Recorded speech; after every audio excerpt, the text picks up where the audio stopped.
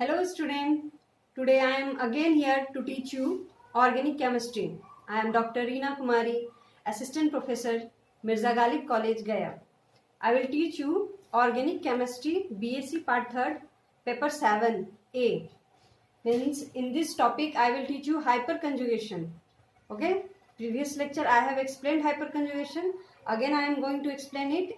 Hyperconjugation, some of the molecule is there to represent it in orbital representation. Okay, so I am going to explain it. Okay, hold here.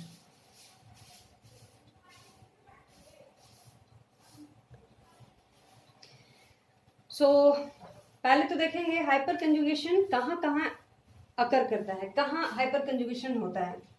तो hyper conjugation alkyne में होता है. जहाँ पे alkyne होता है वहाँ पे हाइपर कंजुगेशन होता है. अल्कीन का मतलब कार्बन कार्बन डबल बॉन्ड, ठीक है. जहाँ पे कार्बन कार्बन डबल बॉन्ड होता है, कार्बन कार्बन डबल बॉन्ड, वहाँ पे अल्कीन में हाइपर कंजुगेशन का अकर होता है. Second one is carbocation.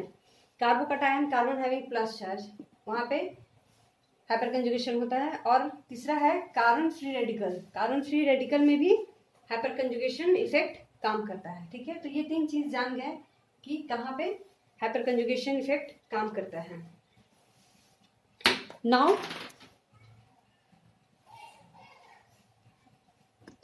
I have taken one molecule, propene.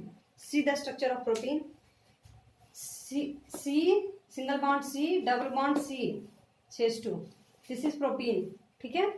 Propene का अब हम देखते हैं हाइपर कंजुगेशन. यहाँ पे अकर होगा, बिल्कुल होगा अकर, क्योंकि अल्कीन है, अल्कीन के फॉर्म में है, तो यहाँ पे हाइपर कंजुगेशन एकदम होगा, ठीक है.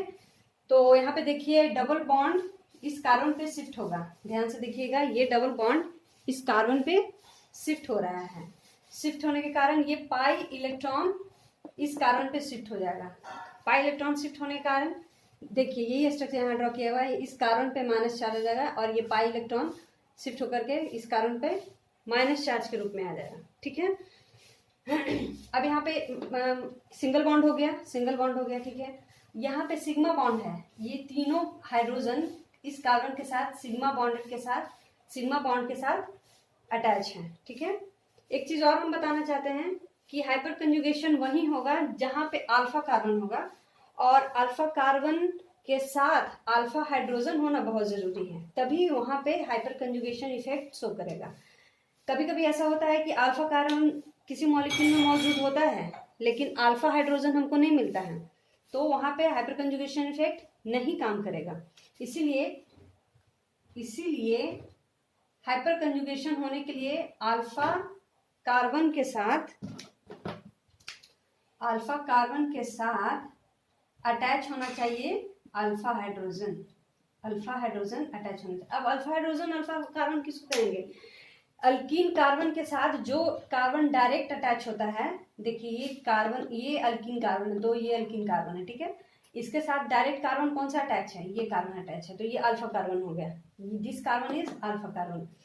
और इस अल्फा कार्बन के साथ जो हाइड्रोजन डायरेक्ट अटैच है उसको अल्फा हाइड्रोजन कहेंगे, ठीक है.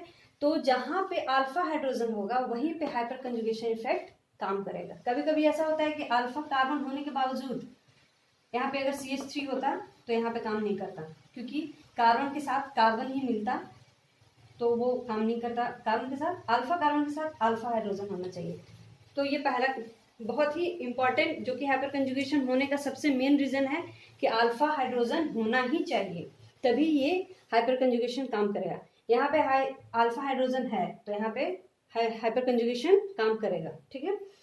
अब देख लिए डबल बॉन्ड से यहाँ शिफ्ट हो रहा है, पाई बॉन्ड शिफ्ट हो गया. यहाँ पे कार्बन पे माइनस चार्ज यानी इलेक्ट्रॉन गेन शो कर रहा है कि यहाँ पे हमारे पास यहाँ पे इलेक्ट्रॉन गेन हुआ है. इस कार्बन के पास ऊपर में इलेक्ट्रॉन है, ठीक है. अब ये क्या होगा?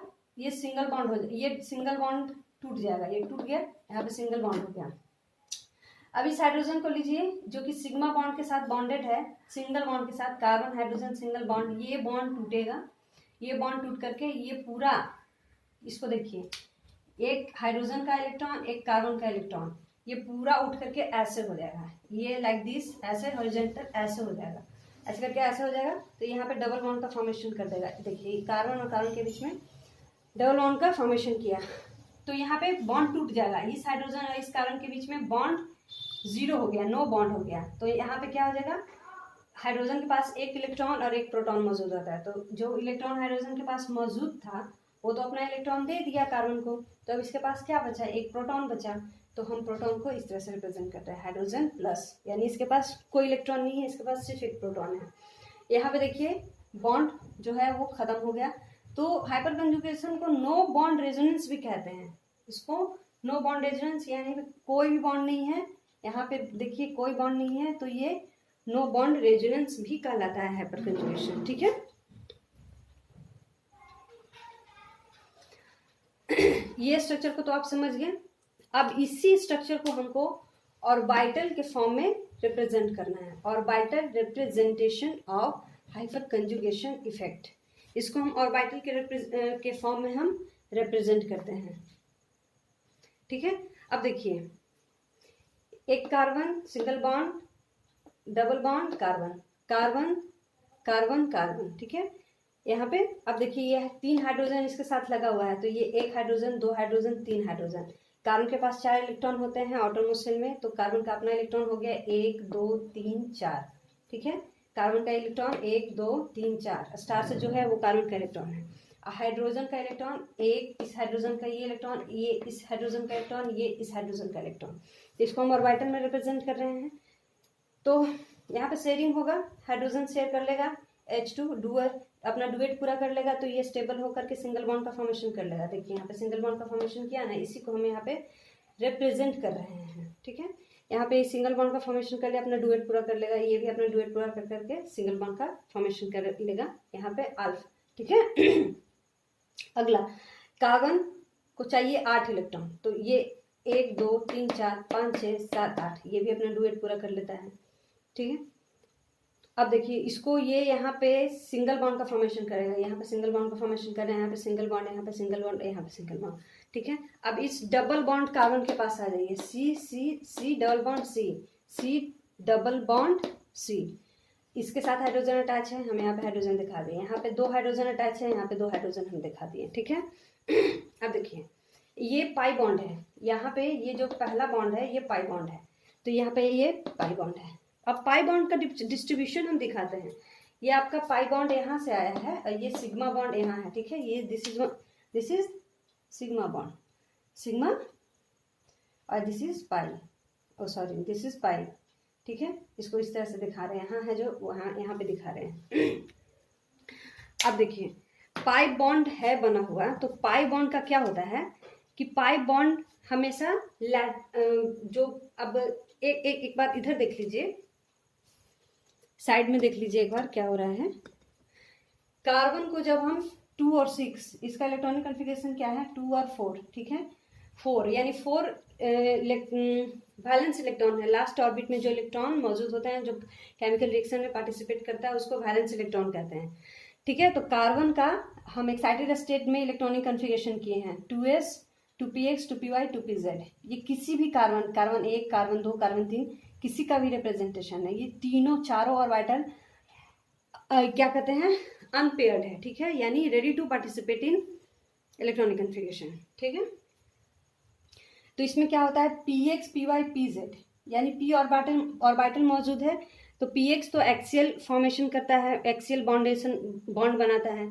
py जो होता है लैटरल, ये देखिए py या pz कह ले, p का ही ले, p ऑर्बिटल को लेते हैं, तो लैटरल एक ऑर्बिटल दूसरे ऑर्बिटल के साथ लैटरली ज्वाइंट होकर करके ये फॉर्मेशन करता है, और यहाँ पे pi bond, pi electron cloud बनाता है। पाई इलेक्ट्रॉन क्लाउड, क्लाउड मतलब बादल, बादल आप देखें बिखरा हुआ रहता है, एक जगह वो सीमित नहीं रहता, वो एक स्फीयर में बिखरा हुआ रहता है। ठीक है, तो पाई इलेक्ट्रॉन एक पॉइंट को रिप्रेजेंट ना करके पाई इलेक्ट्रॉन अपने आप में वेव है, तो वेव कभी भी स्थिर नहीं रहेगा और वेव कभी भी एक पॉइंट में शो नहीं करेगा, वेव में हमेशा हलचल होते रहता है। ठीक है, तो इसी तरह से पाई इलेक्ट्रॉन एक जगह नहीं शो करेगा, पाई इलेक्ट्रॉन ये पूरे एरिया में शो करेगा, ये पूरे एरिया में पाई इलेक्ट्रॉन का क्लाउड यहाँ से लेकर के यहाँ तक पाई इलेक्ट्रॉन शो कर रहा है। तो बहुत लोग ऐसा करते हैं कि यहाँ पे भी इलेक्ट्रॉन मान लेते हैं। तो यहाँ पे अगर स्टूडेंट यहाँ पे एक इलेक्ट्रॉन मान लेंगे तो ये पूरा कॉन्फ़िगरेशन गलत हो जाएगा, इसलिए इसको क्लाउड रिप्रेजेंट करते हैं। पाई क्लाउड यहाँ से लेके यहाँ तक बिखरा पड़ा हुआ है, और ये सिग्मा क्लाउड, सिग्मा इलेक्ट्रॉन है।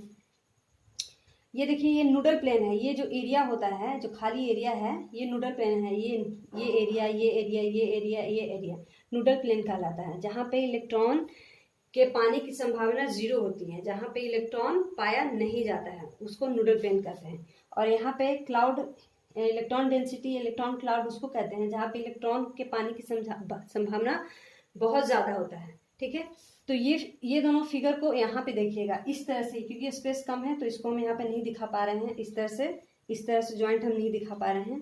ये लाइक दिस, इस तरह से आपस में कोलाइड करेंगे। ठीक है, ओके। अब क्या होगा, इस कार्बन में इलेक्ट्रॉन था, देखिए कितने इलेक्ट्रॉन थे इस कार्बन में। एक तो हाइड्रोजन के साथ बॉन्डेड है, एक इस कार्बन के साथ है, एक इस कार्बन के साथ है, एक यहाँ है, तो 4 इलेक्ट्रॉन है। ठीक है, कार्बन का टेट्रावैलेंट होता है 4 इलेक्ट्रॉन, तो 4 इलेक्ट्रॉन टेट्रावैलेंट है। अब ये कार्बन का इलेक्ट्रॉन जो है इस कार्बन के साथ जाकर के शिफ्ट हो जाएगा, ये यहाँ से उठ करके यहाँ चला जाएगा। ठीक है, शिफ्ट होने से क्या हो जाएगा, यहाँ पे जो एक इलेक्ट्रॉन था, यहाँ पे इसको हम रिप्रेजेंट करते हैं, यहाँ पे जो एक इलेक्ट्रॉन था यहाँ पे 2 इलेक्ट्रॉन हो जाएगा। देखिए यहाँ पे 2 इलेक्ट्रॉन हो गया। ये ऑर्बिटल अपना इलेक्ट्रॉन इसको दे देगा, ये इलेक्ट्रॉन इधर शिफ्ट हो जाएगा, पाई इलेक्ट्रॉन शिफ्ट हो जाएगा। तो शिफ्ट होने के कारण यहाँ पे 2 इलेक्ट्रॉन, एक इलेक्ट्रॉन प्लस एक और इलेक्ट्रॉन, तो यहाँ पे 2 इलेक्ट्रॉन हो गया। ठीक है, यानी ये ऑर्बिटल पूरी तरह से वैकेंट हो गया। ठीक है, ये ऑर्बिटल यहाँ से लेकर यहाँ तक वैकेंट हो गया। ठीक है, ये तो वैकेंट हो गया और यहाँ पे 2 इलेक्ट्रॉन गेन कर गया। अब यहाँ पे 2 इलेक्ट्रॉन गेन किया है, इसका मतलब ये कि इस कार्बन पे इलेक्ट्रॉन गेन हुआ है। तो इलेक्ट्रॉन गेन, तो ये कार्बन आयन हो जाएगा। कार्बन गेन किया तो कार्बन माइनस साइन हो जाएगा। देखिए यहाँ पे कार्बन माइनस साइन हो गया, यानी ये एक इलेक्ट्रॉन गेन किया है। ठीक है, ये ऑर्बिटल वैकेंट हो गया। ठीक है, अब ये ऑर्बिटल वैकेंट हो गया तो ये जो हाइड्रोजन और कार्बन के साथ 2 इलेक्ट्रॉन थे, जो कि हाइड्रोजन का ये अपना इलेक्ट्रॉन था और कार्बन का ये अपना इलेक्ट्रॉन था जो शेयरिंग किए हुए था, ये पूरी तरह से इस ऑर्बिटल में आकर के शिफ्ट हो जाएगा, शेयरिंग हो जाएगा। इस इलेक्ट्रॉन का शेयरिंग कर लेगा इस ऑर्बिटल में। ये तो वैकेंट हो गया, ये इसको दे दिया और यहाँ पे 2 बॉन्ड हो गया, तो ये पूरी तरह से खाली हो गया। अब खाली होने के कारण ये पूरा उठ करके इधर आ जाएगा। ये देखिए ऐसे रोटेट हो जाएगा, ये इलेक्ट्रॉन यहीं रहेगा, इस कार्बन के साथ ही रहेगा और ये उठ करके पूरा ऐसे हो जाएगा, लाइक दिस, ऐसे चक्री की तरह ये घूम जाएगा।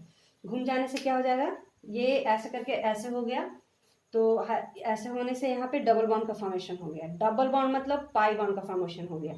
ठीक है, तो यहाँ पे पाई बॉन्ड का फॉर्मेशन हो गया। देखिए first carbon and second carbon के बीच में पाई बॉन्ड का फॉर्मेशन हो गया, पाई इलेक्ट्रॉन। अब देखिए फिगर, देखिए सेकंड फिगर में फर्स्ट एंड सेकंड कार्बन के बीच में पाई बॉन्ड हो गया, यहाँ से ऑर्बिटल से आप देख रहे हैं ये पूरा इलेक्ट्रॉन उठ करके इस वैकेंट ऑर्बिटल में आ गया। तो यहाँ पे एक बॉन्ड और 2 बॉन्ड, पाई बॉन्ड हो गया, एक सिग्मा एक पाई बॉन्ड, CC से कार्बन 1 और कार्बन 2 के बीच में पाई बॉन्ड का फॉर्मेशन हो गया। क्योंकि ये हाइड्रोजन अपना इलेक्ट्रॉन दे दिया, ये पूरा इलेक्ट्रॉन उठ करके यहाँ चला गया, तो ये हाइड्रोजन के बाद बचा क्या, कुछ नहीं, सिर्फ अपना प्रोटॉन बचा। तो देखिए यहाँ पे वैकेंट हो जाएगा, नो ऑर्बिटल। यहाँ पे देखिए ये हाइड्रोजन वैकेंट प्लेस है, कुछ नहीं बचा यहाँ पे। ठीक है, तो हाइड्रोजन हवा में घूम लटका रहेगा, ये H+। ठीक है, अब लोग कहते हैं कि ये पूरी तरह से मतलब बॉन्ड से बॉन्डेड नहीं है, ये कहीं से अटैच नहीं है। नहीं, जो यहाँ पाई बॉन्ड बना है तो पाई बॉन्ड के क्लाउड से ये अटैच रहेगा। ठीक है, ये पूरी तरह से टूटेगा नहीं, ये इस पाई बॉन्ड से ये इसके क्लाउड से इसका अटैचमेंट बना रहेगा, यानी इस हाइड्रोजन का तो काम खत्म हो गया।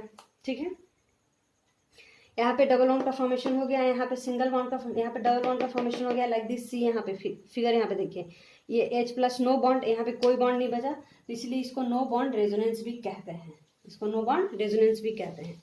H+ हो गया, डबल बॉन्ड का फॉर्मेशन हो गया, यानी ये पाई बॉन्ड और सिग्मा बॉन्ड। यहाँ पे कार्बन कार्बन, देखिए कार्बन कार्बन, हाइड्रोजन तो ऊपर या नीचे लगाइए, वो तो उसके साथ लगा हुआ कहीं भी लग सकता है। और ये कार्बन के साथ 2 हाइड्रोजन, इस कार्बन के साथ 2 हाइड्रोजन और इस कार्बन के ऊपर माइनस चार्ज।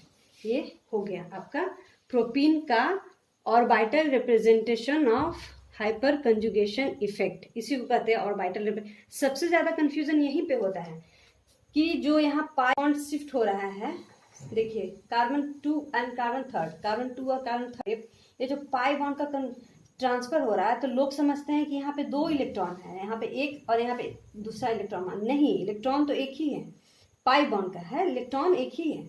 ये इलेक्ट्रॉन क्लाउड दिखाता है कि इलेक्ट्रॉन बिखरा पड़ा हुआ है, यहाँ से लेकर के यहाँ तक बिखरा पड़ा हुआ है। ऑर्बिटल का लैटरल अटैचमेंट हो रहा है, like this pi bond P orbital का लैटरल अटैचमेंट हो रहा है। ठीक है, तो यहीं पे सबसे ज़्यादा कंफ्यूजन होता है। आगे हम बताएंगे और भी बहुत सारे मॉलिक्यूल है जिसका हाइपर कंजुगेशन इफेक्ट बताना भी बाकी है। तो आज के लिए बस इतना ही। Thank you so much. Hope कि आपको ये चैप्टर समझ में आया होगा। Thank you.